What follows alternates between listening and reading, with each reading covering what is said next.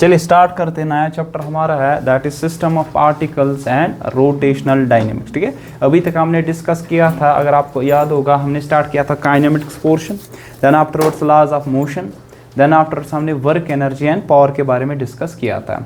Next जो हमारे पास चैप्टर है दैट्स वेरी इंपॉर्टेंट चैप्टर, क्योंकि यूजुअली बच्चे को ये चैप्टर डिफिकल्ट लगता है। ठीक है, क्योंकि इसमें कंसेप्ट जो आपके पास आता है थोड़ा सा ड्राई लगता है बच्चों को, वेक्टर थोड़ा ज़्यादा यूज़ होता है। ठीक है, तो क्या चैप्टर हमारे पास है that is system of particles and rotational dynamics. ठीक है, एक्चुअली दो चीज़ें, सिस्टम ऑफ पार्टिकल्स में हमारे पास एक इंपॉर्टेंट कंसेप्ट आएगा that is centre of mass के मुतालिक हमें पढ़ना पड़ेगा। यहाँ पे रोटेशनल डायनेमिक्स में बहुत सारी चीज़ें आपको जाननी है। यहाँ पे दैट्स फर्स्ट ऑफ ऑल आप यहाँ पे देखोगे मूवमेंट ऑफ इनर्शिया के बारे में, टॉर्क के बारे में, वहाँ लीनियर मोमेंटम पढ़ा था, यहाँ एंगुलर मोमेंटम, उसके बारे में आपको डिस्कस करना होगा एटसेट्रा। ठीक है ना, ये सारी चीज़ें कहीं ना कहीं आपको यहाँ वेक्टर के साथ खेलना पड़ेगा। ठीक है, वहाँ पे अगर आपको याद होगा कि ट्रांसलेटरी मोशन जब हमने देखी थी, वहाँ पे आपने कंसेप्ट पढ़ा था इनर्शिया के बारे में दैट्स रिलेटेड टू मास, वहाँ पे आपने देखा था फोर्स, वहाँ पे आपने देखा था आपके पास यहाँ पे लीनियर मोमेंटम, बट यहाँ उसका उल्टा ही है। ठीक है, एनालॉजी में क्या आएगा, मूवमेंट ऑफ इनर्शिया, यहाँ टॉर्क, यहाँ पे एंगुलर मोमेंट। ये सारी चीज़ें क्या है आगे आने वाले वक्त में डिस्कस करेंगे। तो स्टार्ट करते हैं। First of all you should know about this thing, what is a rigid body. Can you tell me what is a rigid body? अगर आप में से पूछा जाए you will say that's a rigid body is that body whose shape and size it is unchanged, है ना। आप बता दोगे यहाँ पे जो इसकी शेप होगी सर, इसकी जो शेप होगी और इसका जो साइज होगा that will remain unchanged। मतलब एक्चुअली ये तो पता ही है आपके पास, लेकिन मेन चीज जो आपके पास इंपॉर्टेंट चीज यहाँ पे समझने की कि मीन्स कि जितने भी पार्टिकल इस सिस्टम के होंगे, इस रिजिड बॉडी के होंगे, all the particles will be at a particular distance. The distance between two consecutive particles it is always fixed. ठीक है, likewise this, ये आप कहते हो कि it is rigid body। ठीक है, इसमें जितने भी आपके पास particles आ जाएंगे उन सब के दरमियान जो distance होगी that will be fixed और that will be constant। Very important कि आपके पास in case of rigid body जो आपके पास particles इसमें जितने भी होंगे, सिस्टम के माने क्या होता है, कॉम्बिनेशन ऑफ बॉडीज। ठीक है ना, तो इनके दरमियान जो ये डिस्टेंस आपके पास होगी, ये वाली distance it will always remain constant. ठीक है, यूजुअली आप देखते हो सॉलिड्स, है ना सर, आप कहते हैं सॉलिड जो भी चीज होती है रिजिड होती है। ठीक है, दूसरा आपने देखा होगा लाइकवाइज लिक्विड्स और गैसियस पार्ट, क्या इनके दरमियान डिस्टेंस फिक्स्ड रहती है? नो सर, ये आपके पास वेरिंग है। ठीक है, लेकिन सॉलिड्स में भी वो चीज़ है जहाँ पे डिस्टेंस आपके पास फिक्स्ड हमेशा रहेंगे। अगर मैं आपको बता दूं silver, iron, copper, take rubber, wood, तो ये रबर वुड भी सॉलिड आपके पास है, आयरन, सिल्वर, कॉपर ये भी आपके पास क्या है सॉलिड्स में। लेकिन आप बता दोगे इनमें कंपैरिजन करके कौन rigid body, you will say that iron. Copper, would आपके पास नहीं आ जाएगा उतना रिजिड, आपके पास कॉटन नहीं आ जाएगा उतना रिजिड। रीजन ये है कंस्टिट्यूएंट पार्टिकल्स है ना, इनके दर में जो इंटरेक्शन है बहुत ही कम आ जाएगी। ठीक है, सो खास तौर पे हमें यहाँ पे रिजिड बॉडीज के बारे में, आपने इससे पहले भी पढ़ा, उन्हीं के बारे में डिस्कस करना है। अब यहाँ पे क्या डिस्कस करना है, देखिए एक रिजिड बॉडी जो है ना, इसकी क्या टाइप की मोशन हो सकते हैं। एक रिजिड बॉडी की एक्चुअली दो टाइप के, ठीक है, फिर उनका कॉम्बिनेशन और एक आ जाएगा। इसकी क्या क्या टाइप की मोशन हो सकती है, इसकी जो मोशन हो सकती है, एक जो हमने इससे पहले डिस्कस की वो कौन सी हो सकती है, it may be translatory motion. Translatory motion, इसको कभी कभार आप दूसरा नाम क्या देते हैं sir, sliding motion. Sliding motion, a rigid body can have a motion, one of the type it is translatory motion हो सकती है। दूसरी टाइप की आपके पास जो मोशन हो सकती है that is rotational motion। rotational motion, ठीक है, फिर इनका कॉम्बिनेशन भी आपके पास हो सकता है, क्या सर, ट्रांसलेटरी प्लस रोटेटरी या translational plus rotational. So a rigid body can have 3 types of motion, actually 2 type, फिर इनका कॉम्बिनेशन क्या क्या सर आपके पास हो सकता है, ट्रांसलेटरी मोशन, दूसरा रोटेशनल मोशन, फिर कॉम्बिनेशन में आप ट्रांसलेटरी प्लस रोटेशनल मोशन देख सकते हैं। इससे पहले अभी तक जो भी हमने पढ़ा that was totally regarding the translatory motion, जिसको हम क्या कहते हैं सर, स्लाइडिंग मोशन। सर क्या होता है आपके पास, फॉर एग्जांपल आपके पास एक बॉडी है जो कि एक इंक्लाइनेड प्लेन पे, जरूरी नहीं इंक्लाइनेड प्लेन कोई भी आपके पास है, सो ये आपके पास यहाँ पे बॉडी है, ठीक है। इसमें जितने भी आपके पास पार्टिकल्स होंगे इस बॉडी, ये combination of particle mean system है। अब ये जितने भी पार्टिकल्स यहाँ पे होंगे इन सब की लीनियर डिस्प्लेसमेंट, इन सब की लीनियर वेलोसिटी, इन सब की लीनियर एक्सेलरेशन, ये क्या रहेगी, फिक्स्ड कांस्टेंट। क्या मैं ऐसे कह सकता हूं आपको, बेटर वे में हम ये लिखेंगे कि यह रहेगी आपके पास same,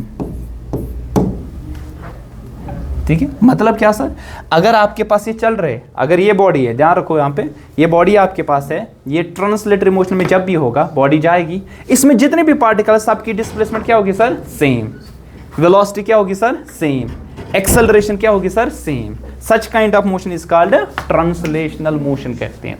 Y, the reason behind that is कि इनके दरमियान जो डिस्टेंस हमेशा क्या रहती है सर, फिक्स्ड रहती है आपके पास। आप ये भी बोलोगे, ध्यान रखो इधर, आप बोलोगे जब इस बॉडी को मैं मूव करा दूंगा, ये आगे पार्टिकल, ये क्या है पीछे, लेकिन ये अपनी पोजीशन से जितना डिस्प्लेस होगा ये भी उतना ही डिस्प्लेस होगा, ये अपनी जगह से जितना डिस्प्लेस होगा दूसरा पार्टिकल भी डिस्प्लेस सेम होगा। सो याद रखो, इन case of translatory motion all the particles of the system move with same displacement, same velocity and same acceleration. But in case of rotational motion, linear displacement, linear velocity, linear acceleration, ये सारे particles की क्या होती है sir, different होती है, ठीक है। Because when you discuss about the rotational motion, you discuss किसके हिसाब से, कि यहाँ पे एक्सिस ऑफ रोटेशन होती है। क्या सर, देखिए ध्यान से,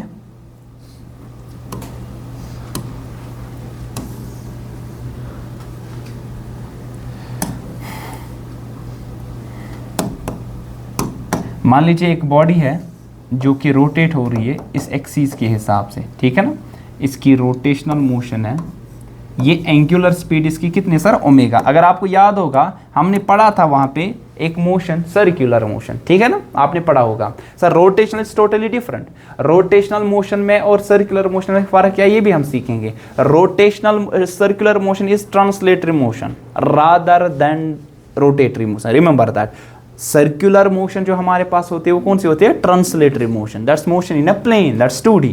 लेकिन जो आपके पास होती है rotational motion, that is totally, क्योंकि यहाँ पे linear displacement, linear velocity, axes सब डिफरेंट है। आप बताओगे कैसे, देखिए ध्यान रखो, अगर मैं बता दूं आपको, अगर मैं आपसे बता दूं कि आपके पास जितने भी पार्टिकल्स यहाँ पे हो गए ना, जितने भी पार्टिकल्स यहाँ पे, मान लीजिए ये पार्टिकल, मान लीजिए ये पार्टिकल, मान लीजिए ये पार्टिकल, इसकी डिस्टेंस अलग है ना, इसकी डिस्टेंस अलग है एक्सिस से, इसकी डिस्टेंस अलग है, सपोज इसकी R1 है, इसकी R2 है, इसकी R3 है। आपने पढ़ा है ना sir, V is equal to omega into R, याद है, V is equal to omega into R. कहाँ पे पढ़ा था, वहाँ पे जब हमने सर्कुलर मोशन डिस्कस किया था, हमने बोला लीनियर वेलोसिटी और एंगुलर वेलोसिटी के दरमियान ये रिलेशनशिप है। V क्या आपके पास है, V है लीनियर वेलोसिटी। अच्छा, ओमेगा आपके पास क्या है यहाँ पे, omega it is the angular velocity या एंगुलर स्पीड, अगर आप यहाँ पे मैग्नीट्यूड लेते हैं, ठीक है। और R क्या है, वहां रेडियस था, अब यहाँ पे डिस्टेंस है। अब यहाँ मत आपके पास हर एक पार्टिकल की डिस्टेंस क्या है सर, सेम मत ना है, इसकी R1 है, इसकी R2 है, तो R क्या होगा सर, चेंज, तो V भी क्या होगा सर, चेंज होगा। आज ये भी पढ़ा ना, A tangential is equal to alpha into R, पढ़ा ना, अल्फा है एंगुलर आपके पास वेलोसिटी, आर आपके पास वहां पे रेडियस था, यहाँ पे क्या आ जाएगी, डिस्टेंस, ठीक है ना। तो आपके पास मत सर्कुलर पाथ जरूरी है, कोई भी बॉडी हो सकती है ना सर, और इसकी एक्सिस ऑफ रोटेशन ये होगी, इस एक्सिस पे रोटेट कर रहा है। हर एक पार्टिकल की डिस्टेंस क्या है सर, हर एक पार्टिकल की जो डिस्टेंस है वो सब क्या है सर, डिफरेंट, इसकी अलग, इसकी अलग, इस पार्टिकल की अलग, ठीक है ना, इस पार्टिकल की अलग। सो आर डिफरेंट है, आर डिफरेंट है, तो V का वैल्यू क्या आ जाएगा, डिफरेंट। आपके AT का वैल्यू क्या आ जाएगा sir, different. So in case of rotational motion all these parameters these are different, but in case of translatory motion ये सारे पैरामीटर्स क्या होते हैं सर, सेम होते हैं, ठीक है। बात आई समझ, क्लियर वहां पर।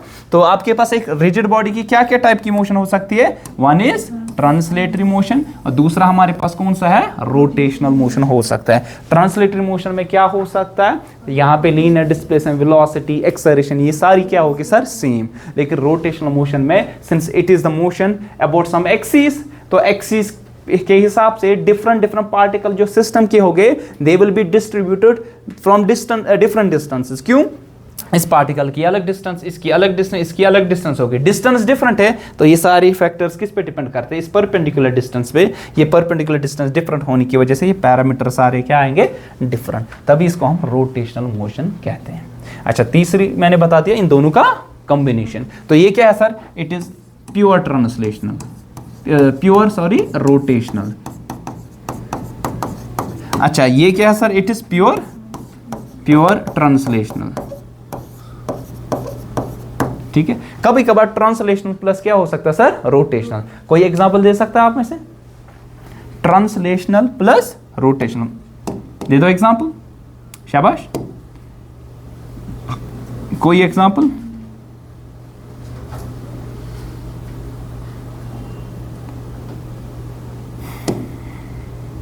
शाबाश।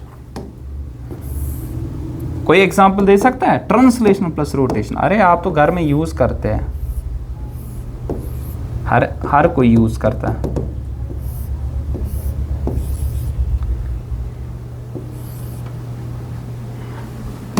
ठीक है, आपने नहीं देखा व्हील, ठीक है, इसकी एंगुलर स्पीड होगी, व्हील आगे भी बढ़ता है और रोटेट भी होता है, अगर आपने देखा होगा, ठीक है ना। इसमें स्पोक्स ऐसे लगे होते हैं ना सर, या स्पोक्स हो या ना हो, व्हील देखा होगा ना आपने।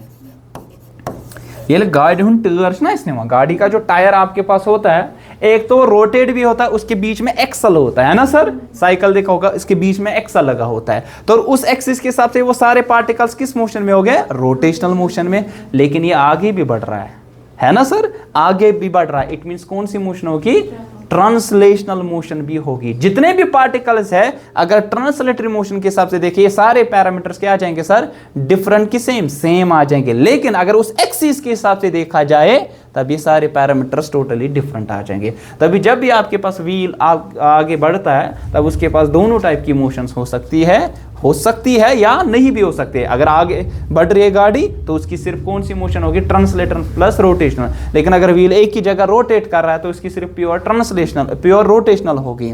या दूसरा ऐसा हो सकता है, आपके पास स्लाइड करवाओगे बॉडी को, तो प्योर क्या हो सकती है, ट्रांसलेशनल मोशन हो सकती है। लेकिन डे टू डे लाइफ में यूजुअली अगर आप देखोगे, क्या देखते हो, combination of both, that is translational plus rotational. जरूरी नहीं है प्योर ट्रांसलेशन हो सकता है, प्योर रोटेशनल, लेकिन ट्रांसलेशन प्लस रोटेशनल भी आपके पास बहुत सारे केसेस में आएगा। जरा प्योर रोटेशनल बताओ, डे टू डे लाइफ में प्योर रोटेशनल आपने देखा है, टॉप देखा है, पता ना क्वेश्चन पैटर्न। तो टॉप जब रोटेट करता है, किसी एक्सिस पे करता है ना, जब वो रोटेट करता है, उसमें कौन सी टाइप की मोशन होती है, दैट इज रोटेशनल मोशन। आपके पास किसी चीज को स्लाइड करवाओगे, दैट्स प्योर ट्रांसलेशनल। ठीक है ना, wheel example the, that is the translational plus rotational motion आपके पास। ठीक है, बात आई समझ, क्लियर। हमारा जो कंसेप्ट यहाँ पे पहला है, जो मैंने बता दिया सिस्टम ऑफ पार्टिकल्स में, that is centre of mass के रिलेटेड है।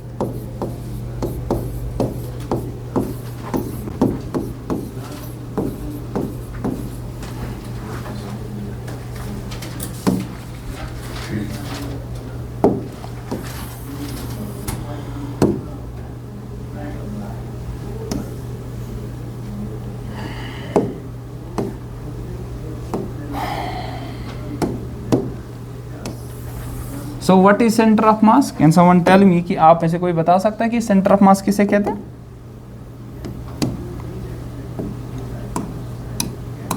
So what is centre of मास, आपने बचपन में देखा होगा, आप पेन लेते थे, कोई कॉपी लेते थे, आप क्या करते थे, एक पर्टिकुलर पॉइंट को उसको क्या करते थे, बैलेंस करते थे, है ना सर, लाइकवाइज दिस। ठीक है, आपके पास यहाँ पे ये पेन है, ये स्टाइलस है, तो यहाँ पे एक पर्टिकुलर पॉइंट पे क्या हो रहा है सर, ये बैलेंस हो रहा है। लग रहा है कि सारा का सारा मास आपके पास वही कंसंट्रेट, लेकिन है नहीं एक्चुअली। लग रहा है सारा का सारा मास आपके पास कंसंट्रेट इस पर्टिकुलर पॉइंट पे है, वरना मास यहाँ से भी डिस्ट्रीब्यूटेड है, मास यहाँ से भी डिस्ट्रीब्यूटेड है। This particular point within the body or it may be outside the body, हम देख सकते हैं। For example, I will give an example, अगर आपके पास कोई लेट्स सपोज रिंग है, ठीक है ना, अगर आपके पास कोई रिंग है, ठीक है, रिंग जो होगी, अगर मैं आपसे कह दूं ये कहां पे बैलेंस होगी, अगर रिंग आपके पास होगी कहां पे ये बैलेंस होगी, कैन यू टेल मी? या ऐसे लेते हैं, सपोज ये ग्लास आपके पास है, टेल मी कि इस साइड से आप बता दो कि बीच में कहीं ना कहीं मैं क्या करूंगा सर, बैलेंस कर दूंगा, ठीक है ना, किसी पर्टिकुलर पॉइंट पे। लेकिन यहां पे बता दूं होगा बैलेंस कहीं पे, है ना, इस पे होगा बैलेंस, ऐसे नहीं, इस पे ऐसे बैलेंस होगा क्योंकि ज्यादा मास इधर जाएगा। आप बोलोगे वो इमेजिनरी पॉइंट कहीं कहीं सेंटर पे होगा ना, जिस तरह यहां से आएगा। लेकिन ये जो बीच वाली चीज है क्या है सर, खोखली है। इसी तरह लो रिंग को आप, रिंग जो आपके पास है, रिंग का सेंटर ऑफ मास कहां पे होगा? क्या उस सर्कमफ्रेंस पे होगा? नहीं सर, वो कहां पे होगा? आप बताओगे एक इमेजिनरी पॉइंट जो कि अगर मैं बता दूं लगभग इस सेंटर पे होगा, जहां पे सारा का सारा मास लगभग क्या होगा सर, कंसंट्रेट, लेकिन है नहीं एक्चुअली, कंसंट्रेटेड होगा वहां पे। Such particular point we call as centre of mass. So remember that in your mind कि आपके पास यहां पे what is centre of mass? Centre of mass हमारे पास है, इट इज अ पॉइंट, शाबाश, विद इन या तो outside the body, within और आउटसाइड द सिस्टम या बॉडी, ठीक है ना, वायर क्या होगा सर, होल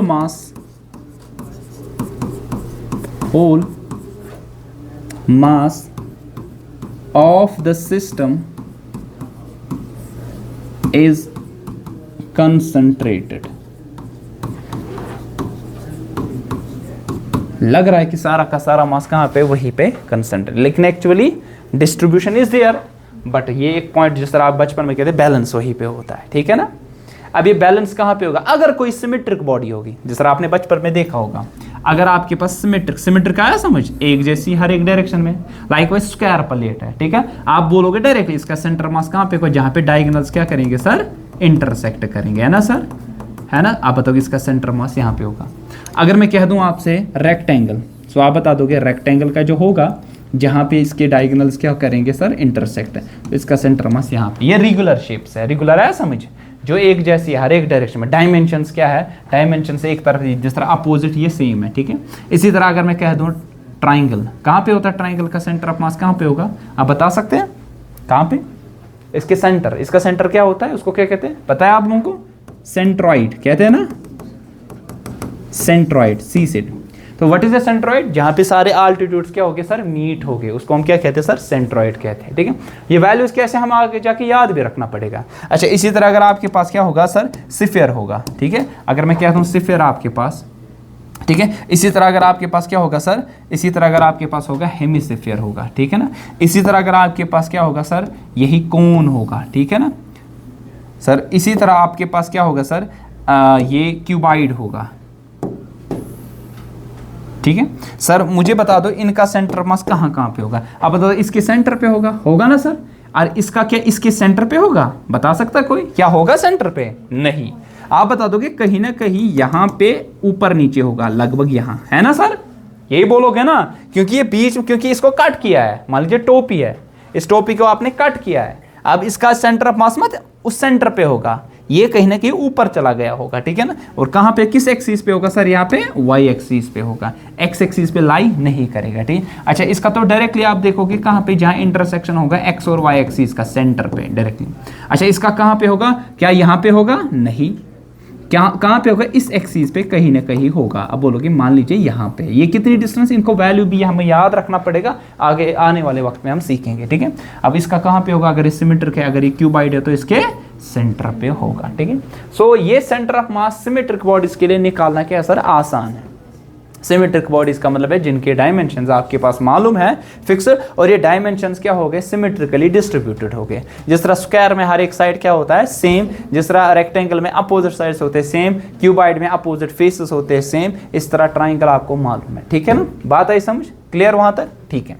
अब यहाँ पे हमारे पास है कि अगर आपके पास दो पार्टिकल्स हो गए, उनका सेंटर ऑफ मास कैसे फाइंड करेंगे?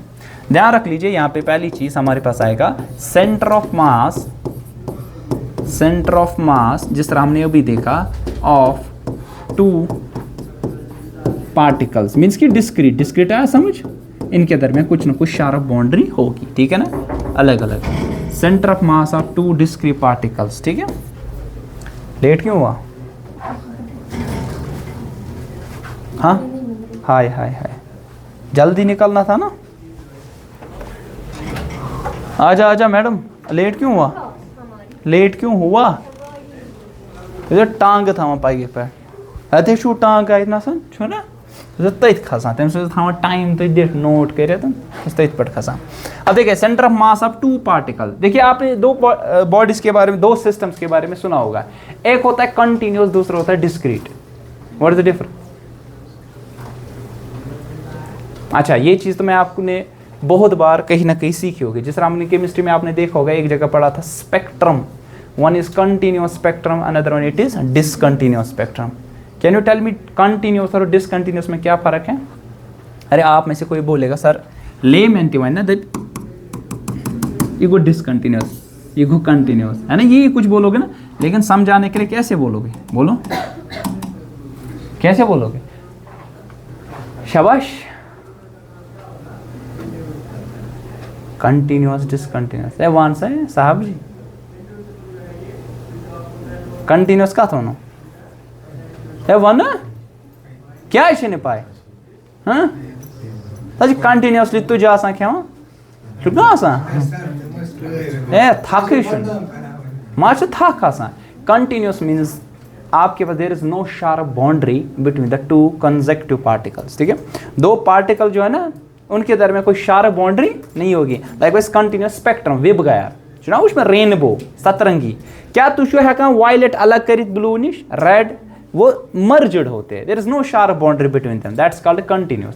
डिसकंटिन्यूअस के दरमियान शार्प बाउंड्री होगी, likewise this one and this one sharp, but इसमें जो पार्टिकल्स है वो कंटिन्यूअस है, इसमें जो पार्टिकल्स है वो कंटिन्यूअस है, इसमें पार्टिकल्स कंटिन्यूअस है। लेकिन अगर इसको एक पार्टिकल है, इसको अलग पार्टिकल है, इनके दरमियान शार्प बाउंड्री है, दोज आर कॉल्ड डिसकंटिन्यूअस। ठीक है ना, तो डिस्क्रीट या डिसकंटिन्यूअस आप बता सकते हैं यहाँ पे। ठीक है, तो दो पार्टिकल्स हम लेंगे, इसका सेंटर ऑफ मास क्या होगा?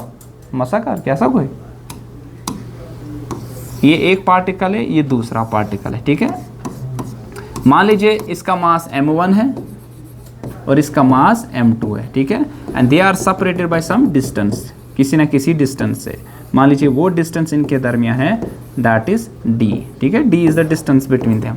नाउ टेल मी कि इनका सेंटर ऑफ मास कहाँ पे होगा? अगर आपके पास m1 है बड़ा m2 से, अगर m1 बड़ा है m2 से, मतलब ये हेवियर है, ये क्या है? लाइटर, स्मॉलर ना क्या है, ये लाइटर। ठीक है, ये गोप तीस लोत। इस तरह अभी देखा क्या ये सिमेट्रिक है? ये यूनिफॉर्म या पर मोट या पर क्या तोन वन तो वन में कत सेंटर ऑफ मास कतन कम तरफ बोलो सेंटर ऑफ मास अगर बह निमन यह सोर अक यह कून निमन पार्टिकल, ट्राई टू अंडरस्टैंड, यह कून निमन ब्या पार्टिकल, तो ये कून डिस्टेंस कम, ये कून डिस्टेंस ज्यादा, तो सेंटर ऑफ मास उस पार्टिकल की तरफ होता है, उसकी डिस्टेंस कम होती है जहां से हेवियर पार्टिकल होगा। ठीक है, वो कशर पर सेंटर ऑफ मास कोकुन सो योकुन शिफ्टेड, तो सेंटर ऑफ मास यहाँ पे कहीं ना कहीं होगा। मान लीजिए इसकी डिस्टेंस यहां से है x1 और इसकी डिस्टेंस कुछ होगी, मान लीजिए x1 के बजाय हम r1 लेंगे जनरल में, r1, और इसकी डिस्टेंस मान लीजिए कितनी है सेंटर ऑफ मास से? r2 है। ठीक है, बेहतर ध्यान, सपोज आपके पास ऐसा कुछ है, बोलो सेंटर ऑफ मास ये सिमेट्रिक है या ऐसा मजबाक या थोड़ा युकुन ऐसा होगा कि नहीं? क्योंकि यहाँ पे अगर आप बीच में रखोगे ना, लाइन एक लोगे बीच में रखोगे, यहाँ कम मास आएगा और यहाँ ज्यादा मास आएगा। अगर भाई इतना ना एक्स हिसाब से सिमेट्री, ठीक है ना, वजन के हिसाब से ये हिस्सा और इस हिस्से का वजन क्या होना चाहिए सर? सेम। तेली गस ना, लेकिन अगर पूछना हुआ ये सिमेट्रिक साइज हिसाब से, ये शेप हिसाब से छा कि वजन के हिसाब से। देखो अगर मैं यहाँ एक्स हिसाब सिमेट्री डालू, जितना हिस्सा यहाँ से रेप्लिका इधर से भी है और वजन में भी सेम होगा, मगर ये तो छीन वजन हिसाब है को इसके, मगर शेप हिसाब है को न। वाई द रीजन इज यहाँ पे कुछ अलग शेप है, यहाँ से कुछ अलग शेप है, लेकिन हम सेंटर ऑफ मास को यहाँ निकाल सकते हैं। ठीक है ना, बात है ये इरेगुलर शेप है और ये रेगुलर शेप्स आपके पास है, क्योंकि ये सारी कोई ना कोई रेगुलर शेप होगी। ठीक है, बात आई सब। चलिए अब मुझे बताओ R1 और R2 को मुझे निकालना पड़ेगा। अभी आपने बोला सर ये जो अगर मेरे पास M1 है क्या बड़ा M2 से, तो R1 क्या होगा? बोलो छोटा होगा ना। क्यों जरा बताओ, कोई बोल सकता है क्यों? अरे अभी बता दिया ना, सेंटर ऑफ मास पॉइंट जो होगा ना ये उसकी तरफ शिफ्टेड होगा जो हेवियर पार्टिकल होगा, ठीक है। सो आप बता सकते हैं ऐसे कि R is inversely proportional to M, बता सकते हैं हाँ सर, वजन जितना ज्यादा डिस्टेंस उसकी कम। तो मुझे बता फिर R1 by R2, R1 by यह आएगा ना M2 बाई M1, वुचू R1 inversely proportional to M1, R2 inversely proportional to M2। तो यहां पे क्या लिखोगे M1 R1 is equal to M2 R2, लिख सकते हैं ना। सो ये आपके पास एक इक्वेशन बनेगी centre of mass for two part. तो M1 R1 is equal to M2 R2। लेकिन आपको मालूम है सर R1 प्लस R2 का वैल्यू कितना होगा सर, बोलो D होगा ना सर। R1 प्लस R2 इन दोनों का एडिशन D ही होगा ना, वो मत उससे ज्यादा होगा, ठीक है। सो आपके पास R2 का वैल्यू क्या आने वाला है सर, D माइनस R1, डालो इसमें D माइनस R1, तो क्या आएगा M1 R1 is equal to M2 into R2 के बदले क्या लिखोगे D माइनस R1, जरा कर तो multiply M1 R1 is equal to M2 into D minus M2 into R1। ये टर्म इधर लेंगे तो R1 क्या निकलेगा कॉमन, तो यहां बचेगा M1 plus M2 into R1 is equal to M2 into D। मुझे R1 जरूरत है ना सर। R1 किसके वजह, अब देखो ट्रिक क्या याद रखने की है, ध्यान रखो, ट्रिक देखो याद रखने की। R1 है opposite mass divide by sum of masses into distance between two masses, है ना आसान। देखो R1 किसकी डिस्टेंस है, सेंटर ऑफ मास है M1 की, किसकी सर, है ना M1 की डिस्टेंस। तो हमारे पास R2 किसकी है, M2 की डिस्टेंस, ठीक है। तो R1 मुझे निकालना है, R1 है M1 की डिस्टेंस, ठीक है। तो अपोजिट मास लिखा, opposite mass divided by sum of the masses M1 plus M2 into total distance between them. जरा बता सिमिलरली, बताओ आप ही बताओ फिर R2 का वैल्यू कितना होगा, कोई बोलेगा, फटाफट बोलो। M1 opposite mass distance by sum of masses, simply ऐसा कुछ आएगा। ये R1 और किसका वैल्यू सर, R2 का वैल्यू आने वाला है, ठीक है। बात आई समझ, क्लियर, हाँ बताओ, कुछ बोलना है, ठीक है। सपोज आपके पास ऐसे ही मैं बता दूंगा, आपके पास दो पार्टिकल्स है, एक पार्टिकल सबसे सिंपल प्रॉब्लम ही आएगी, ठीक है। डोंट एक्सपेक्ट कि ये आने वाली है नीट में, लेकिन हो सकता है मे बी कभी कभार इनको इंसाफ आ जाए। ये 10 kg है, मान लीजिए आपके पास है 5 kg ओबियसली, ठीक है। तो ये आपके पास इनके दरमियान डिस्टेंस है लेट सपोज 15 मीटर, ठीक है ना। तो इनके दरमियान मुझे बता, आप सेंटर ऑफ मास मान लीजिए इसकी डिस्टेंस सेंटर ऑफ मास से कितनी है सर, R1, कितनी सर, R1, तो ओबियसली उसकी क्या होगी सर, R2। अब बताइए R1 किसके बराबर आएगा, opposite mass that is 5, sum of masses 15 into distance between them that is 15, ये कैंसिल होगा, क्या बनेगा 5 मीटर, ठीक है। R2 क्या आएगा फिर ओबियसली 10 मीटर। तो ओबियसली देखो बड़ा कौन है, M1 की M2, अरे M1 बड़ा है M2 छोटा है, तो R1 छोटा है R2 बड़ा होगा, क्योंकि इसकी डिस्टेंस कम होगी, इसकी डिस्टेंस क्या होगी, ज्यादा होगी, ठीक है। लेकिन आपके पास सेंटर ऑफ मास जब भी पूछा जाएगा, हमारे पास ऐसी डिस्टेंस कभी कभार नहीं देते। देखो दो पार्टिकल्स के लिए तो चलेगा, क्या चलेगा हमारे पास दो पार्टिकल्स के लिए, ये चलेगा कि आपके पास इनके दरमियान डिस्टेंस कितनी, अगर 3 हो गए फिर क्या करोगे, डिस्टेंस कहां से लोगे, 4 हो गए गड़बड़ हो जाएगी ना, 5 लोगे, 10 लोगे, 20 लोगे, n number of particles are there and you are supposed to find their centre of mass, उसकी लोकेशन क्या होगी। For that reason what we do, हम यहाँ पे कोऑर्डिनेट सिस्टम का यहाँ पे यूज करते हैं, ठीक है ना। तो यहाँ पे पहले दो पार्टिकल्स के लिए देखेंगे, यही हमने किया। मान लीजिए आपके पास दो पार्टिकल्स हैं, मास M1, इसका मास M2। अब ये हो सकता है बोला जाएगा कि सर इसकी जो पोजीशन है ना, लोकेशन जो है ना, वो है कुछ x1, y1 और z1, ठीक है। इसकी कुछ होगी x2, y2 और z2, ठीक है ना सर, ऐसा कुछ बोला जाएगा, ठीक, ये बोला जाएगा। अब इनका सेंटर ऑफ मास कहीं ना कहीं होगा ना। अब यहां पे मान लीजिए इनका सेंटर ऑफ मास है, सेंटर ऑफ मास, ठीक है। इसके कोऑर्डिनेट्स क्या हो गए, x सेंटर ऑफ मास, शाबाश, y सेंटर ऑफ मास और z सेंटर ऑफ मास, ये होगा ना x y z, x centre of mass, y centre of mass, x y z. अब CM का मतलब क्या है, सेंटर ऑफ मास, ठीक है। अब ध्यान रखो यहाँ पे, अगर ये M1 है तो इसका पोजीशन वेक्टर क्या होगा with respect to origin, R1।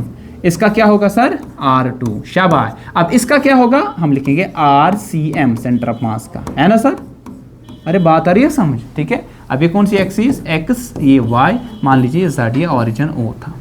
अब आपको मालूम है, बचपन से पढ़ा है, क्या पढ़ा है, क्या पढ़ा है, R1 का वैल्यू किसके बराबर आएगा, x1 i cap, y1 j cap, z1 k cap.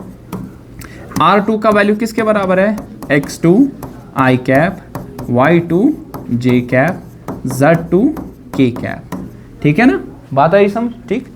अब मुझे बता एक चीज, R सेंटर ऑफ मास जो होगा, R सेंटर ऑफ मास, अब ये किसके बराबर होगा, remember it's equal M1 R1 plus M2 R2 divided by M1 plus M। इसको वेक्टोरियली हम प्रूव कर सकते हैं, बट प्रूव करने की जरूरत नहीं है। What you have to do, just remember the formula, because we have to deal with the numerical portion, और न्यूमेरिकल पोर्शन में आपके पास प्रूव तो नहीं करना पड़ेगा, ठीक है ना, ठीक है। So this is M1 R1 plus M2 R2 divided by M1 plus M2। ये आपके पास क्या होगा यहाँ पे, this will be the position of centre of mass. R1 क्या है, position vector of M1, R2 क्या है, position vector of R2, sorry M2। तो R सेंटर ऑफ मास का पोजीशन वेक्टर किसका, M1 R1, M2 R2 divide by M1 plus M2 के बराबर आ जाएगा। सिमिलरली मुझे बता, इस R सेंटर ऑफ मास की कितनी चीजें होगी, बताओ, बता सकता है कोई। R सेंटर ऑफ मास है ना, इसके 3 हो गए ना, X सेंटर ऑफ मास होगा ना I cap, Y centre of mass J cap, Z centre of mass K cap होगा ना।